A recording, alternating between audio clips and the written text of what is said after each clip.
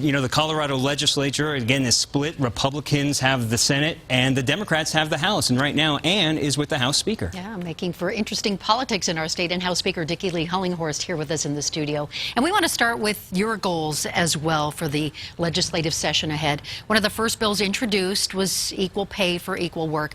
Why that one? And does that mean that you think that this will happen? Yeah. Well, we certainly hope it'll happen. I think it's a very important issue, but it is one of many bills that we describe as enhancing and improving Colorado's way of life. And one of the really important things about that is to make sure we level the playing field for all Coloradans, and particularly those folks that haven't had a chance to take advantage of this booming economy, providing the kinds of bills that help them do that. We all love Colorado very much, and it is the state that so many people want to live in. 100,000 people moved here in 2015. So we have to make sure that we stay in that pattern where people really want to live here, they really want to move here, and part of that is that fairness issue. So that's what this bill really does. It's only fair that women receive equal pay for the same work they do that a man does. And that is not the case now. We have to narrow that gap. And this is just one fairly easy way to do that. We would provide for state contracts that they would have to find a way to certify that they are doing or working toward paying women equal amount of money for the same job. And you think that's doable this year, this session? I hope so. Yes, I think it's a common sense bill. It provides for a lot of fairness, and I think both sides of the aisle are for that kind of concept. You talked a lot about the Colorado way of life. What does that mean to you, and really to people sitting at home? How do you know that fits with their thinking?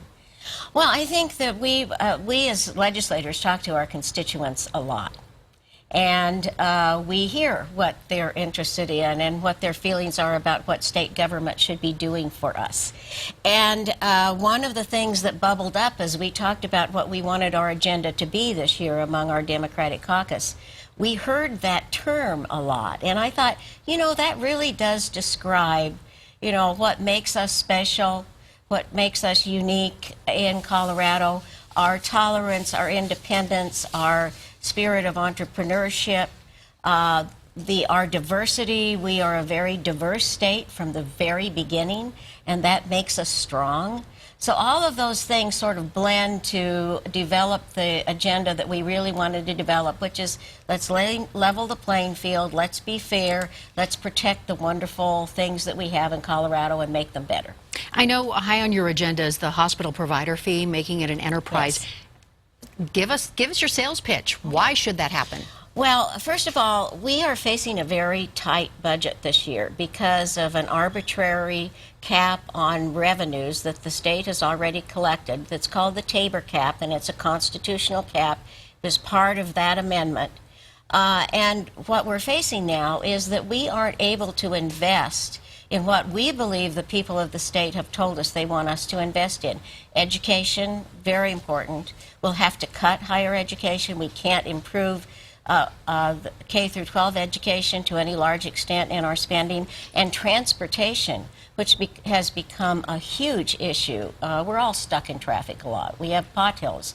We aren't even able to take care of those issues. So those are the things that we need to do, and really one of the only legislative ways, one of the viable and constitutional ways that we can make a difference and reduce that up against the cap with the revenue is to pass the hospital provider fee bill, which changes that from a regular fee under our general fund and makes it a fee in an enterprise. Except that this will be probably the biggest fight you anticipate this year? Well, I hope not.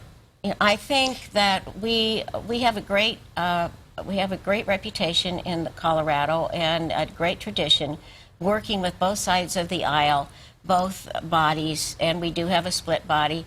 But I'm hoping that we can continue to talk about this, and as we move through the budget and as we begin to see what the issues are and how we may address them, that we can reach some resolution as to how we manage to provide additional funds. And in 30 seconds, tell us what we'll see when this session comes to an end. Well, I think we'll see a lot of progress. I think we'll see... What bills will we see passed? We will see the bill I just talked about, equal pay for equal work. I'm hoping we will see a bill that includes the change in the hospital provider fee. We will see some really good workforce development bills that continue the good work we've done on that. We will see some additional, and those will be bipartisan, we will see some additional bills on racial profiling that is also, I hope, going to be bipartisan, and a lot of stakeholders involved in that. And we will see some addressing of affordable housing, which I think is also important. Thank you so much for your insight and being here with us.